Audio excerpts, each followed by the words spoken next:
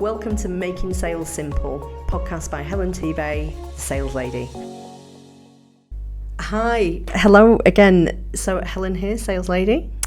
And on this podcast, we've actually got Annabelle and Tanya from TP Financial Solutions. So ladies, this is the second time you've been on this podcast. How have you been since we spoke last? Fantastic. Yeah, really well. It's been a while. Thanks for having us, Helen. Yeah, really glad to have you back. So for those of you who don't know, just give us a quick overview. What is it you both do? So we own and direct TP Financial Solutions, which is a financial advice firm based in Morecambe. So I'm a financial advisor, and then also locally I'm the Vice President of Lancaster and Morecambe Chamber of Commerce. Okay, so you're out and about. Yes. Yeah. I think that's why we're talking about networking. We are. We're going to talk about networking. You're a prolific networker. Yeah. Yeah. What about you, Annabelle? Yeah, so I'm also a financial advisor.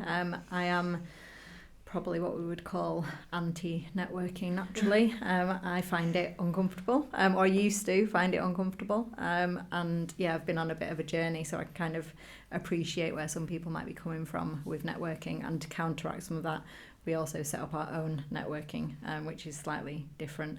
Again, just to kind of counteract some of that apprehension. What a great way of getting over something, just like fully immerse yourself into it.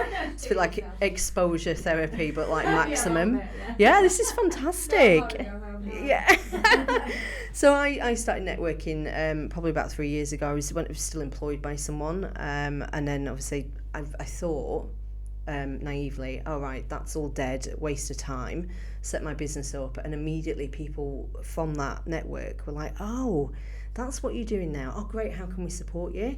So your network never kind of dies, it sort of switches sometimes and it grows and it has ebbs and flows, but generally speaking, that old phrase, your network is your net worth, is very like true for me. I've never seen it more clearly than when I left employment and went self-employed, because it was my network that kind of scooped me up and picked me up and helped me. There's some people that I remember conversations right back at the beginning, I don't know if I can do this, should I do it, oh my god, it's happening, you know who you are.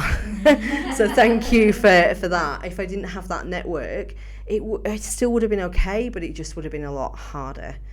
So if we go to Annabelle first, because I think this is what a lot of my listeners feel, is like that terror of like, oh god, I need to go networking. First of all, you can earn money and not go networking, but it is a huge untapped pot, and whether you do it social networking on social media or you do it in person or you do a mix, it's there. It's a massive resource and pool to use. So how did you get over the what were you feeling, and how did you not feel that about networking? I think originally despite the fact that my entire working life is dealing with people all the time, it's always pretty much one-on-one or one-on-two. So to be in a big room of people where I had to, sort of stand out on my own and go over and try and initiate that, awkward conversation was so far out of my natural comfort zone. I used to do it years ago, similar to you, when I was employed. I think I found it easier since being self-employed because it's me, it's our business. It's easier to advocate. So I think that was a big shift for me, that I was able to do it. You can talk on a different level, can't you? When you go in as directors of a business, you just can talk at a completely different level as when you were employed by someone. So I think that feeling of walking into that room and going, oh my God, there's a lot of people here and everyone's already chatting, and how on earth do you go and insert yourself into those conversations? And how do you? I think it's knowing who you actually want to speak to, I suppose, can be really helpful. I have obviously a massive help that I have Tanya most of the time in the same room, who is the exact polar opposite of that, which can help. So I think having an ally in the room, so if you're going to something and you know somebody else, sometimes I've arranged to meet them outside and go in together, so you haven't got that horror of walking into the room yourself. I love that bit. You might love it, but a lot of people do not love that bit. Can I just ask you, what do you love about it? I just love people. I love meeting people. I love speaking to people. I think just the question you asked Annabelle about how do you insert yourself into people, I think people feel really awkward about it, but for me practice makes perfect with everything. Like when I've done networking workshops, I've said to people, have you ever stepped back, thought what it is you don't like about that and practice something to say? And this has to come from your personality, but my personality is very much humour, so I feel I actually practice stuff that I would say when approaching a group of people, and people don't think of that. They just go, oh, this feels awkward, oh my god, what am I going to do? But then keep doing that over and over again, whereas actually practice, come up with some phrases, go because I'm small, oh, watch out, I'm here as well, and do you mind if I join, or whatever it is, and it just get comfortable with that. This is a business setting usually with business owners. It's not the high school, it's not playground, it's not a school where you were trying to like insert yourself and get a friendship group and you could get rejected. I mean, all right, there might be some settings where you go up and say, can I interject? All right, you might get a no, but it's very unlikely. That as well, like we could literally stand in the front room and practice that. Right, I'm going to approach you and say, can I speak to you? And you're going to tell me no. And then I'm going to practice what my response is. No worries, sorry to bother you, move away. But you've practiced that response, so it doesn't feel gut-wrenchingly, they've said no. And I think that's a really good point. You could think of 2 or 3 things, whether it's exhibitions or networking, whether you like going where there's like mass amounts of people. I always have some go-to questions. One of mine is, what are you looking to get out of today? Because it's a great conversation starter. What is it you do? Well, I'm in finance. Okay, specifically what type of finance gets people going? If you can say their name as well, not in a weird way, but like, just I always commit to the name. Sometimes I get it wrong. But people love it. People love it because they're like, she's trying. I know I've got a bit of a complicated name or a bit of a weird pronounced name. Like I'm gonna. I always do the name thing wherever we are. If somebody's got a name badge, I'll use the name because that's why they're using a name badge. And we were in the supermarket with the kids, and Eloise said to the woman in Aldi, "Oh, thanks a lot, Kelly." And we were just like, she's picked that up from me. She'd read the name badge. Thanks a lot, Kelly. And Kelly was so happy, wasn't she? She was. Because we love our names being said. It's like, I think it was Dale Carnegie that said it's the sweetest sound is someone saying your own name.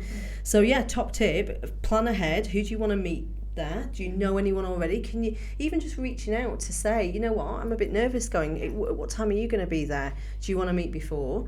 Plan who you want introductions to. And plan maybe 2 or 3 questions that you could ask 2 or 3 people. I think any awkward situation that you can think of in network, you have to prepare for it. So a lot of the time I get from people on our networking workshops is, well, sometimes I get stuck speaking to somebody. I was just going to say that. You need an exit as well. I know I don't want to work with them. I know I've got what I want out of that conversation. I need to leave. Well, you have to have that practice. You have to have that. That's one thing I have practiced, definitely. It's been really nice speaking to you, but I came here to speak to X, so please would you excuse me while I go and speak to them? Nobody is going to turn around and go, no, you're standing here speaking with me. But I think actually it's that thing of, what do I do in that situation? Or take them with you. Say, I would really want to go and speak to them. Do you want to come over and I'll... But it's whatever feels comfortable to absolutely. you. So if you're stuck with somebody that you don't want to be speaking to, and you've gone in with a plan, I want to speak to those 2 people, and you've got half an hour left, you need to have a practice. Yeah, definitely. I'm really sorry. It's been lovely catching up with you, but I want to go and speak to such and such. And just practice. And there's loads of networking situations and everybody's different about what they feel uncomfortable with. Practice with a friend, and it might sound a bit mad, practice with your kids, practice with your dog. What is it that makes you feel uncomfortable about networking? And come up with some lines. I heard RuPaul of RuPaul's Drag Race. She was on Graham Norton. He was on Graham Norton and said, I have 10 go-to phrases that if a room is bottoming out, I have them ready because I know that it will make them laugh. And one of them was something like, I don't think that's any of your business. And honestly, if you do that at any point, it just makes people laugh and engaged. And even you would think one of the most confident people in the world in RuPaul has to have those lines to go, actually, I need to change it up here, I need to be safe. So one of the things that I think you mentioned was the feeling. So whether it's shame, awkwardness, embarrassment, whatever the, anxiety, whatever the feeling is, if you can name it and think, yeah, I feel really anxious in these situations, you're going to have to be prepared to feel it, to not feel it. So the way you don't feel anxious is you do the thing that's causing it. So it sounds a bit counterproductive, and we're not talking like running to the room, doing cartwheels, introducing yourself to everyone. Do something that, just like you said, I practiced in the living room, and I practiced the thing that I was the most fearful of happening, and then if it was to happen, it just doesn't sting. It's not the first time you've heard it. So one of the worst things that has ever happened to me networking was I was fresh out of my business. I just set up, I got business cards, I got a branded pen, a branded notebook, and I showed up, and I'd really misjudged this. This was a networking in Wigan that was in a pub. Okay, so I showed up in a suit, suited and booted with all this stuff, ready to network the shit out of everything. So I immediately had to change tack, because I was like, oh, hang on, this is more chill. This is a much more chill vibe. And I got business from that, and I help people from that network, and it still gives today. And I'm ever so grateful for the people that set that up. And again, you know who you are, so thank you for that. But when I was there, I thought, oh God, I really don't want to embarrass myself, because I'm a new business owner. I said that, like, look professional, look like you know what you're doing, look like you've got your shit together, basically. Yeah. And I came in and I handed these business cards out like confetti. And one of the things that someone said to me was, oh, this sounds great. Yeah, we could probably do with some sales training. So like, how do we find you? And I said, well, it's on the business card. You just go to, I'm on LinkedIn or whatever. They said, yeah, but your name's not on it. And I honestly, like, internally wanted to die. I wanted the whole ground to swallow me up. I thought, that's it. Business is just like done. No one's ever going to trust me. I am finished. Yeah. And actually what they did was they almost like put their arms around me physically, brought me into the fold, into that conversation, went, you know what, we've all done this, so and so did this, and they all just explained the fluff ups that they'd done and how much it cost them, but how much they'd learned from it. So there isn't a warning on Vistaprint of like, can you make sure you put your name on it? There isn't a manual like anywhere that tells you to do that. I even showed it to my friends and family, but they know who I am. So like, so all this stuff just happens. Point in there about being authentic, and I've come across people who have networked in 3 or 4 different settings, and they are almost different people in each one. You have to be yourself. Whatever that is, you have to know your values and know who you are as a person to be able to put that into a room, because what you can't do is be different things to different people, and I think there's a self-confidence there, but there's also a practice there. And it was that openness and practice to do networking. So I thought you just show up in a room with some business cards, throw them at everyone, and like the business comes, right? Take yourself too seriously, that's automatically going to switch certain people off to you. So once you've realised you've not got your own name on your business card, you have to be able to laugh and go, of course. And that ability to just not hold myself and judge myself, and just like that ability to laugh at myself allowed everybody to like bring me into the fold almost and share their stories, because there was a certain element of safety there, even though I felt really like I just remember being beetroot red, wanting the ground to swallow me up. I really honestly thought I was done at that point, but I had a certain level of safety in like, actually I know that can't be either, because we're all human, people make mistakes. It's allocating your value to how you're presenting yourself, and actually the value is not that. The value is who you are and how you do your job. It's not about perfect assets. It's about, right, in that room I know that I've got something good to give, and it's not about a beautiful business card or looking immaculate or whatever. It's about having a decent... And the practice of being able to explain what you do, explain your business. If you can go networking once a week, especially in the early stages, if you're making your first money, it should be about 80% of your day should be about getting visible. Networking is a great way to get visible to people, whether it's social networking, social selling online, or in person. But we've really got to just be willing to feel those uncomfortable feelings to then for them not to be there as much. One example that people say to me all the time is when they're stuck with somebody who's telling them about them, and being able to say, right, I've heard about you now, can I tell you about my business? So they almost go networking and they've heard about everybody else but not had that confidence and not had that practice phrase to, I found that really interesting, would you mind me telling you about what I do? Yeah. If you've got that practice phrase, actually stopping somebody talking and then going on to telling them what you do is so important, because otherwise you've spent 2 hours listening about other people and not once said, oh, this is my business. And you know that most people will have that self-awareness to go, do you know what, I'm waffling on about me, tell me what you do. But actually in those situations you need to be able to stop that person and go, right, great, I know what you do now, have you got the time for me to tell you what I do? You never know where, and with the networking I often hear, but the people I need to network with are not in that room. That might be, I'm not buying that. I think there's a lot of variety there and a lot of variety. But it's the people. Yeah, it's the people behind you.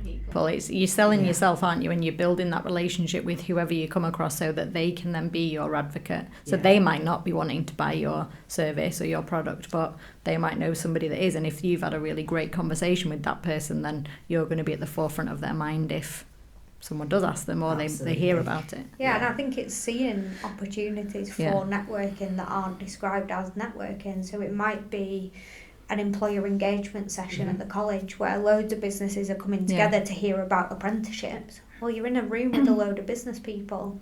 Network. Or mentoring. I do mentoring at a local secondary school. That's all facilitated by other business people locally. We're all there doing the same thing, so they can see that I'm giving time, I can see that they're giving time, so there's obviously a common value there, and then you can have a conversation. You've got some common ground. You've set your own networking up for that as well, haven't you, so that people can collaborate and learn. One of the things we found locally with networking is there was no collaboration networking, so it was very much we go to these networkings to get to know each other and sell to each other and hopefully we'll work together. Harking back to the last podcast we were on with Helen, where we were talking about we're accidental business owners. We're very much experts at what we do, but the rest of running a business, we're making it up as we go along. And every other business owner that you meet feels like that. I promise you they do. Even like the ones that are really well established are still making it up as they go along. We just are. So I think try and pick 1 or 2 networking groups. And commit to them so people see you over and over regularly, because they need to know that they can trust you. I'd love to do business with that person, but she only comes like once every so often. I don't know, like, is that how she's going to be in business? Definitely aim to speak to one person you don't know. This is what I always try and do. Try and speak to someone I don't know, try and speak to the people I do know as well. And then go and practice the worst case scenario that you've got in your head, whether you do it in the mirror. Nobody needs to know that this is happening, but just practice it, have a think, troubleshoot. If they were to say that, what would I do? And just go a step further from that, what happens then? Because our brains will definitely offer up like the worst case, like that's it, you die, the business is over, like death, that kind of like finality. Whereas like you've got to try and get it into current context, like it's just fine, nothing's gone wrong. Stuff like, I wasn't expecting you to say that, or that's an interesting question, I've not, that exactly, that's okay to kind of, and then it helps to just reset. And I've had people that have said to me, especially coming out of COVID, what are you going to do? And I said, well, what do you mean? And they said, well, surely no one needs sales training, all the sales teams are going to get taken off the road, you're redundant. I'm like, oh, what an interesting take on it. Like, I'm not thinking that, and that's not my experience, but thanks for sharing it. So again, you get intel of what people are thinking. Interesting People comment. often say to us about like robo-advice and AI taking over financial advice, and it's like, wow, that's an interesting conversation. Let's talk about that. And mine is definitely always try and meet and speak to one person that you don't know as well as people that you do. So if you did those 3 things, automatically you'd have more conversations. More conversations would usually yield more opportunities to provide a proposal or a quote. It's going to lead to more business, and it's going to feel a lot easier. So so that's it. So I'll see you on the next podcast, and thank you so much to Annabelle and Tanya. Do you want to give us one final reminder? Who are you and how do people reach you? So Tanya Ellsworth, financial advisor at TP Financial Solutions. People can find us on social media, website. Like we said in the last podcast, it's harder not to find us. Yeah, and I'm Annabelle Lumsden, Director of Financial Advisor at TP Financial Solutions. And yeah, like Tanya said, find us online, all the socials, and we'll look forward to speaking to you. Yeah, thank you very much. And I'll see you all on the next podcast of Making Sales Simple. Thank you so much. Thank you for listening to Making Sales Simple, a podcast by Helen Tebay, the sales lady. Make sure you subscribe on YouTube and follow me on Spotify for more.